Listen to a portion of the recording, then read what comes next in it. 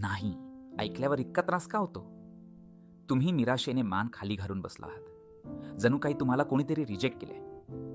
तुम्हाला एखाद्याने नाही म्हटलं, मग ते इंटरव्ह्यूमध्ये असो किंवा मैत्रीमध्ये, तेव्हा तुम्हाला मनातून तुटल्यासारखं वाटतं ना. पण प्रश्न हा आहे की कोणी आपल्याला फक्त शब्दांनी नाकारले, त्याने मारलं तर नाहीये, तरीही इतकं का दुखतं?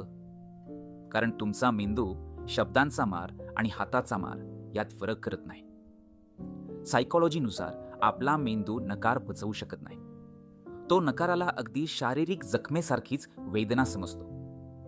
याचं कारण आपल्या इतिहासात आहे. हजारो वर्षांपूर्वी जर आदी मानवाला त्याच्या समूहाने नाकारलं, तर जंगलात एकटं राहून त्याचा मृत्यू निश्चित असायचा. त्यामुळे नकार म्हणजे मृत्यू हे समीकरण आपल्या DNA मध्ये फिट झाले. म्हणूनच आजही कोणी इग्नोर केलं की आपल्या मेंदूमध्ये धोक्याची घंटा वाजते. त्यामुळे पुढच्या वेळी वाईट वाटलं तर स्वतःला दोष देऊ नका. तो तुमचा जुना आदी मानव मेंदू आहे जो घाबरलाय. तुम्ही नकाराला कसं सामोरं जाता कमेंटमध्ये सांगा. आणि मेंदूला स्ट्रॉंग करण्यासाठी आत्ताच फॉलो करा.